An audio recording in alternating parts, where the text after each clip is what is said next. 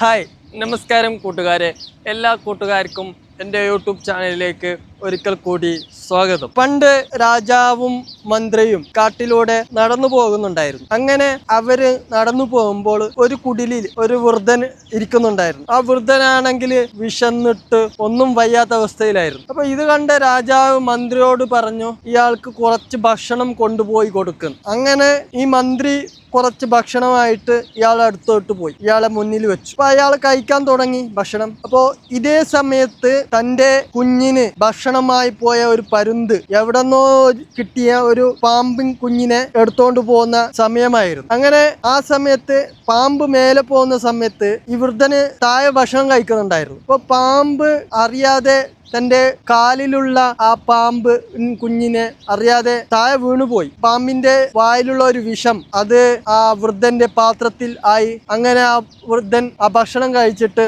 അവിടെ മരിച്ചു. അപ്പോ മരിച്ചപ്പോ ദൈവത്തിന്റെ ദൂതൻ അവിടെ വന്നു. എന്നിട്ട് ആ ദൂതന് കൺഫ്യൂസായി. യഥാർത്ഥത്തിൽ ആരാണ് ഇവിടെ കൊലക്കുറ്റം ചെയ്തത്? കൊലക്കുറ്റം ചെയ്ത ആളെ ദൈവത്തിന്റെ വിചാരണ കോടതിയിൽ ചോദ്യം ചെയ്യാൻ വേണ്ടിയിട്ടാണ് ദൈവദൂതൻ അവിടെ കടന്നു വന്നത്. അങ്ങനെ ദൈവദൂതന് ആകെ കൺഫ്യൂസായി. കാരണം ഇത് 3 പ്രതികളാണ് ഇപ്പോൾ ഉള്ളത്.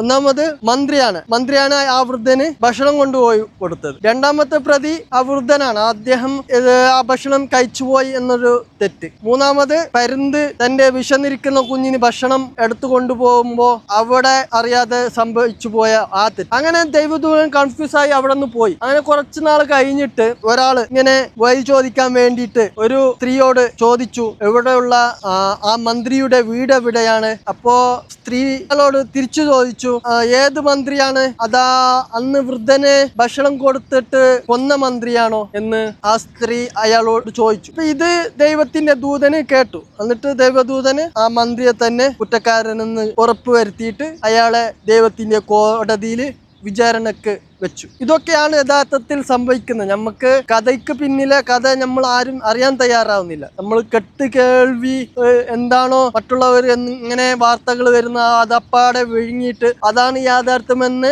മനസ്സിലാക്കുന്നവരാണ് നമ്മൾ മിക്കവരും. അപ്പോ ഒരു സംഭവം നടക്കുമ്പോൾ അതിന്റെ പിന്നിലുള്ള കഥ, അത് ആരുടെ മേലാണ് വീഴ്ച പറ്റിയത്, ഇപ്പൊ ഇതൊന്നും നമ്മൾ അന്വേഷിക്കാറില്ല. മറ്റുള്ളവരെന്താണോ പറഞ്ഞത് അത് അപ്പാടെ കേട്ടു, അത് നമ്മൾ അത് തന്നെയാണെന്ന് വിശ്വസിക്കുകയും ചെയ്യുന്നുണ്ട്. ഇതൊക്കെയാണ് നമ്മൾ എല്ലാ കാര്യങ്ങളും അതിന്റെ കഥയ്ക്ക് പിന്നിലെ കഥ നമ്മൾ അറിഞ്ഞിരിക്കണം. അപ്പൊ അടുത്ത വീഡിയോ ഞാൻ വീണ്ടും വരാം.